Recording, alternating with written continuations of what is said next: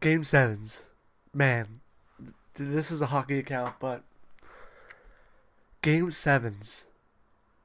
I don't think I've ever had a game seven where my team has gone two in a championship and won that I've seen. The Raptors didn't go to seven. The Dodgers last year, I mean technically, but the Dodgers last year didn't go to seven, they won. The Canucks went to seven in 2011, they lost. Abby didn't go to seven.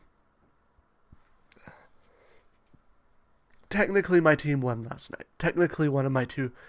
I have two baseball teams that I follow die hard. I love both of them equally the same.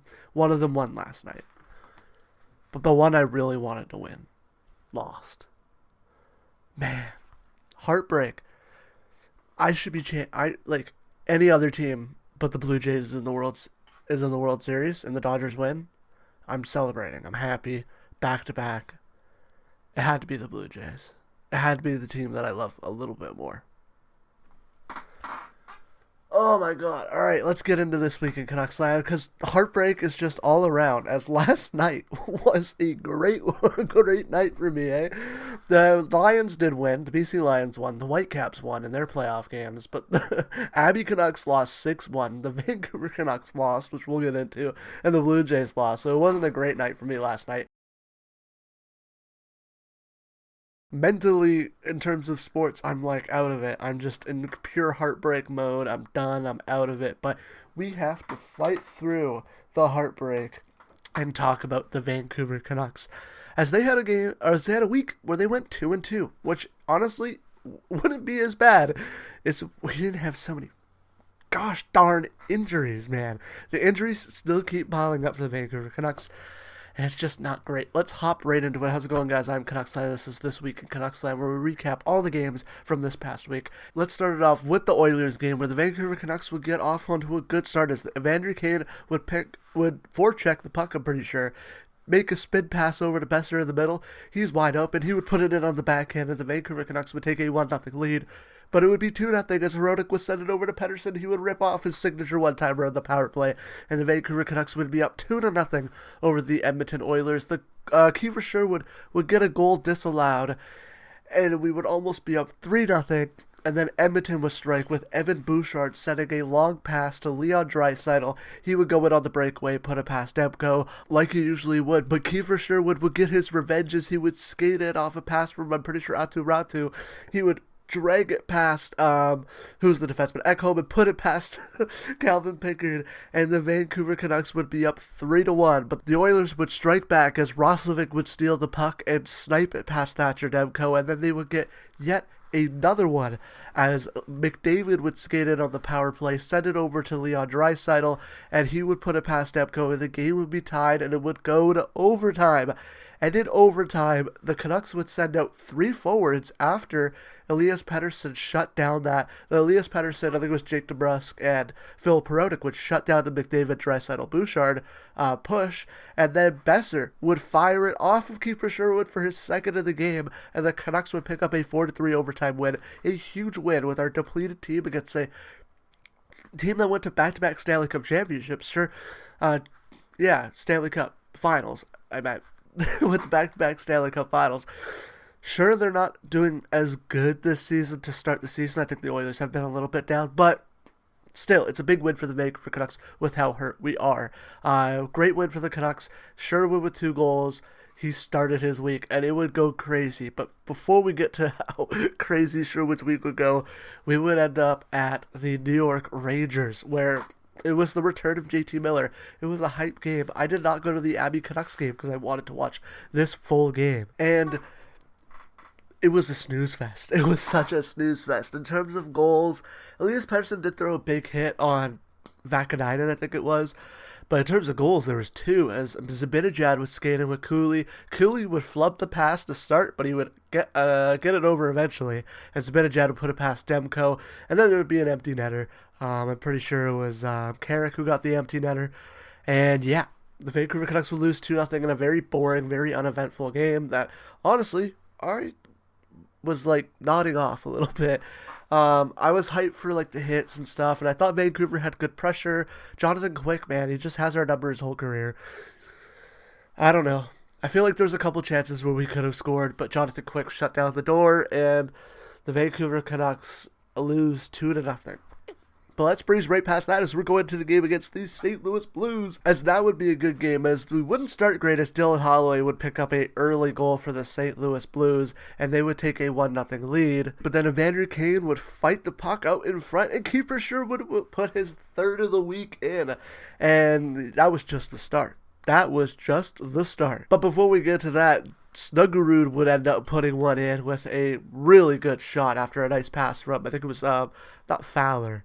I think it was Fowler. Nice pass from Fowler to Snuggerud. He would snipe it, and the Blues would take the lead. But then Kiefer Sherwood would get a breakaway, and he would dangle the goalie again. Just the same two kind of goals against the Blues from last time. And Kiefer Sherwood would pick up yet another one.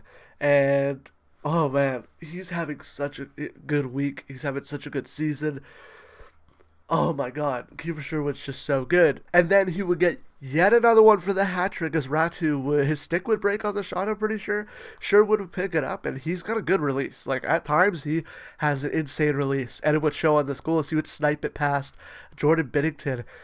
And the Vancouver Canucks would have a 3-2 lead, the Vancouver Sherwoods would have a 3-2 lead. It's awesome to see, but the Blues would eventually get one back here as the shot from the point would bounce off of Lankinen's pad and right to the former Canuck. Pew pew! Pew Sooner, as he would put it past Lankinen, and they would tie the game, and we wouldn't need overtime.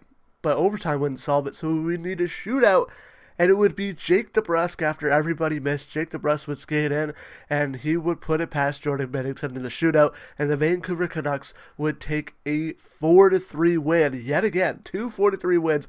4-3, if you look at the schedule, there's been a lot of 4-3. I did look at it. I was like, insane amount of 4-3. Let me look at it right now. I actually have the schedule pulled up here.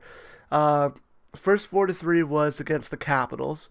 Canadians, Oilers, like, in 12 games, I think, 13 games we played this season, having 4-3 games and decided whether it's win or loss. 3 of them have been wins, though. It's crazy.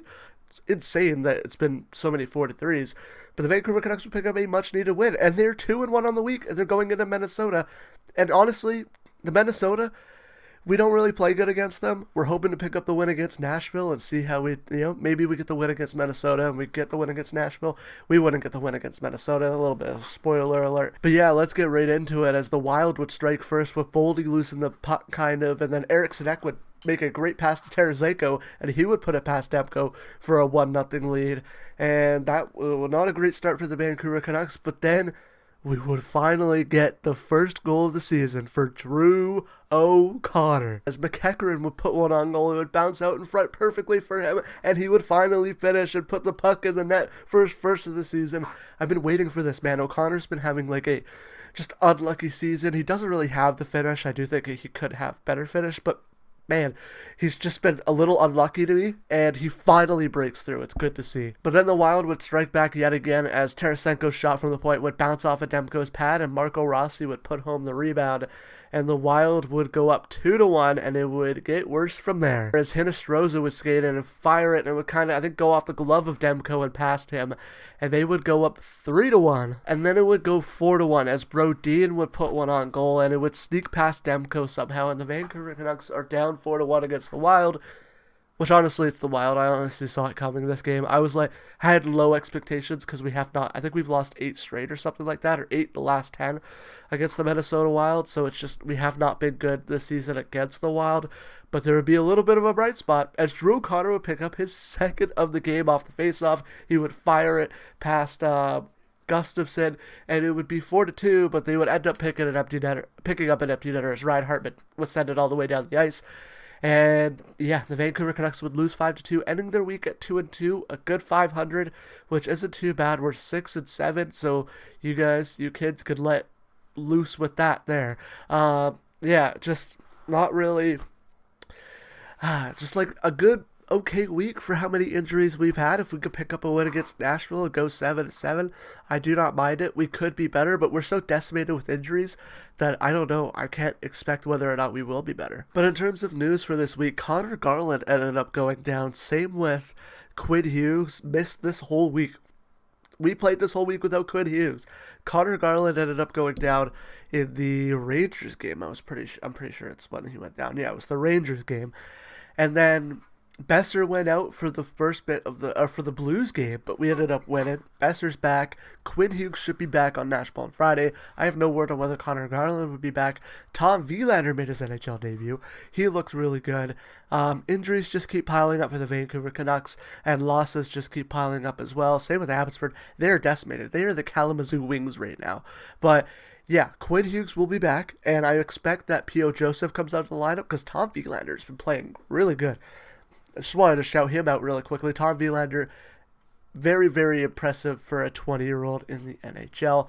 But let's hop right into the 3 stars of the week. As the 3rd star, shout out to Brock Besser. He's not on the list, but Elias Pettersson.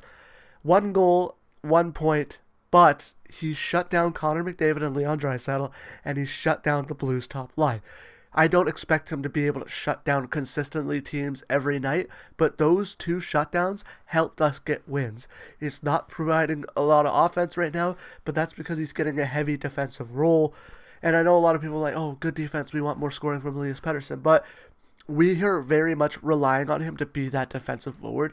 We need another defensive forward, a center. We need another defensive center because he's the only defensive center we have. Teddy Bluger's out. When Teddy Bluger comes back, if we could pick up another one, Elias Pettersson would have less responsibility and he wouldn't have to be that matchup guy. But I'm shouting him out because he shut down 2 of the greatest players in the world and he shut down a great top 6. Drew O'Connor is the 2nd star with 2 goals, 2 assists for 4 points on the week. What a week he had. I'm really impressed with it. And he finally broke through with his 2 goals. I could see him getting more in the future. The 1st star. Drum roll. We don't need it. It's Kiefer Sherwood. We don't need a drum roll. It's Kiefer Sherwood. 5 goals, 0 assists, 5 points on the season. He's now what? So he's got 9 goals on the season. He was leading the league in goals at one point. Kiefer Sherwood had a hell of a week, and Kiefer Sherwood's having a hell of a season. He is the 1st star of the week for your Vancouver Canucks this season, brought to you by CanucksLand. But that is pretty much it for this one. The next week's games, we are playing the Nashville Predators. Let me just hop over to schedule here. We're playing the Nashville Predators on Monday. I know that for sure. ESPN, could you please load? Then we play Chicago on Wednesday and Columbus on Saturday. So it's only a 3-game week this upcoming week, but they're 3 pretty winnable games. If we could beat Nashville, I'm excited for the game against Chicago. We beat them already this season. And Columbus, we could beat them. I do think that we can beat the Columbus Blue Jackets. And we're getting Quinn Hughes back with Tom Wielander playing so good. I think that our defense is definitely going to step up. And having Quinn Hughes back, he's Quinn Hughes. He's going to help this team out. But without further ado, that is it for this one. Set a goal to try to hit 500 subscribers by the end of this upcoming season. So if you're a Canucks fan and you enjoy this kind of content, make sure to subscribe. And yeah, the video on your right is the video from Friday. The video on your left is the video from Wednesday. Subscribe right down into there. I'll see you guys in the next one. Bye.